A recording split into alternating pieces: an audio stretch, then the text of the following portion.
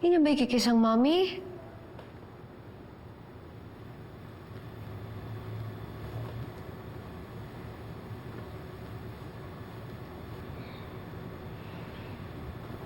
Ano meron? Hindi ba kayo happy na nakauwi ng mami? Sabi niya po kasi kanina, tutulungan niyo po kami ni Luigi sa homework namin. Hanggat nakatulog po kami, kakahintay. Tapos, ginising po ako ni Luigi kanina. Umalis na raw po kayo ni Tito Fons. Mga anak, I'm sorry. Madami kasi inasikaso si mami, kaya late na ako nakauwi.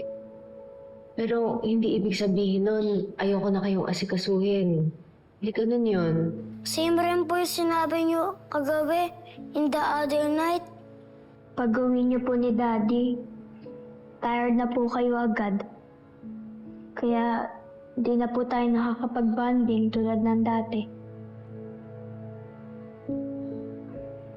Ayaw mo na kami makabanding, Mami. Kaya nga mga anak. Weird.